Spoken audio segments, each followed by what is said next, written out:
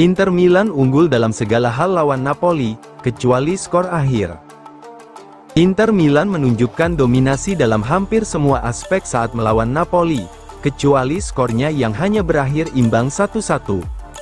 Pertandingan pekan ke-12 Serie A, yang digelar di Stadio Giuseppe Meazza ini, menjadi kesempatan besar bagi Nerazzurri untuk menyalip Napoli di puncak klasemen, namun mereka harus puas berbagi poin.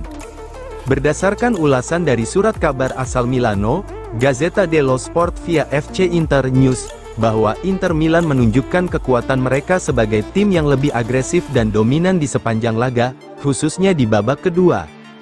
Meski sempat tertinggal lebih dulu oleh gol dari Scott McTominay, Inter kemudian berhasil bangkit dengan cepat. Hakan Calhanoglu mencetak gol spektakuler dari jarak jauh yang membuat Inter menyamakan kedudukan sebelum turun minum. Memasuki babak kedua, Inter tampil lebih percaya diri dan terus menggempur pertahanan Napoli. Inter terus melakukan serangan demi serangan, yang membuat Napoli hanya bertahan.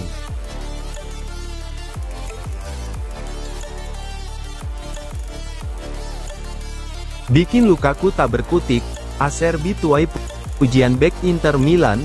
Francesco Acerbi menuai pujian atas keberhasilannya mematikan Romelu Lukaku saat Nerazzurri ditahan imbang Napoli, pada pekan ke-12 Serie A di Stadio Giuseppe Meazza.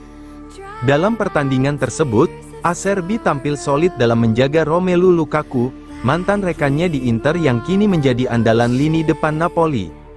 Gazzetta dello Sport menobatkan pemain berusia 36 tahun itu sebagai pemain terbaik melawan Napoli, berkat keberhasilannya meredam ancaman bomber asal Belgia itu.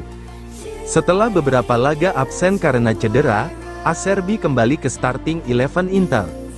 Absennya bek berpengalaman ini sebelumnya digantikan oleh Stefan de Vrij yang tampil solid menjaga lini belakang. Namun, dalam laga melawan Napoli, pelatih Inter, Simone Inzaghi memilih Acerbi sebagai starter, langkah yang terbukti sangat efektif. Acerbi ditugaskan untuk menjaga Lukaku dalam peran man marking. Berkat pengalamannya, Acerbi sukses menahan kekuatan fisik dan kecepatan Lukaku. Setiap kali Lukaku berusaha menguasai bola atau mencoba mencari ruang, Acerbi selalu berada di dekatnya, membuat penyerang asal Belgia itu tak berkutik. Acerbi menggunakan pendekatan fisik dan timing yang tepat, namun tetap hati-hati agar tidak overcommit, memberi tekanan tanpa membiarkan Lukaku melewatinya.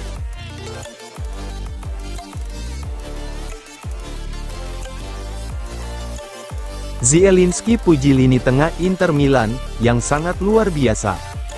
Gelandang internasional Polandia, Piotr Zielinski merasa bahwa dirinya telah menjadi gelandang yang hebat, sejak bergabung dengan Inter Milan pada musim panas lalu. Dalam konferensi pers bersama tim nasional Polandia, Zielinski mengklaim jika dirinya mulai menampilkan performa terbaiknya di Nerazzurri, lantaran terus mendapatkan kesempatan bermain. Zielinski bergabung dengan Inter dari Napoli dengan status bebas transfer, selama bursa transfer musim panas tahun ini. Dia memutuskan meninggalkan Partenopei, setelah mengabdi selama 8 tahun di klub tersebut. Dia didatangkan ke Stadio Meazza dengan ekspektasi tinggi. Gelandang berusia 30 tahun ini sudah lama dikenal sebagai salah satu gelandang top di Serie A, berkat pengalamannya bersama Napoli, Empoli, dan Udinese.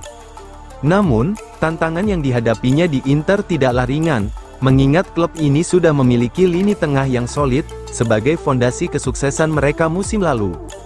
Di Inter, Zielinski harus bersaing dengan pemain-pemain seperti Henryk Mkhitaryan, Hakan Calhanoglu, dan Nicolo Barella, yang telah menjadi trio andalan di lini tengah Inter. Ketiganya berperan besar dalam membantu Nerazzurri meraih gelar Serie A musim lalu, yang membuat lini tengah klub ini diakui sebagai salah satu yang terkuat di Serie A dan bahkan di Eropa.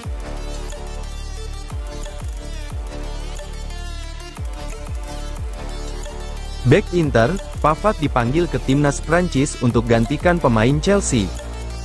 Bek Inter Milan, Benjamin Pavard mendapat panggilan di menit-menit akhir ke skuad tim nasional Prancis untuk menggantikan bek tengah Chelsea, Wesley Fofana karena mengalami cedera. Sebagaimana dilansir Football Italia, Pavard bergabung dengan beberapa perwakilan Serie A lainnya dalam skuad terbaru Les Bleus, termasuk rekan setimnya di Inter, Marcus Thuram beserta trio Milan, yakni Mike Maignan, Theo Hernandez, dan Youssouf Fofana.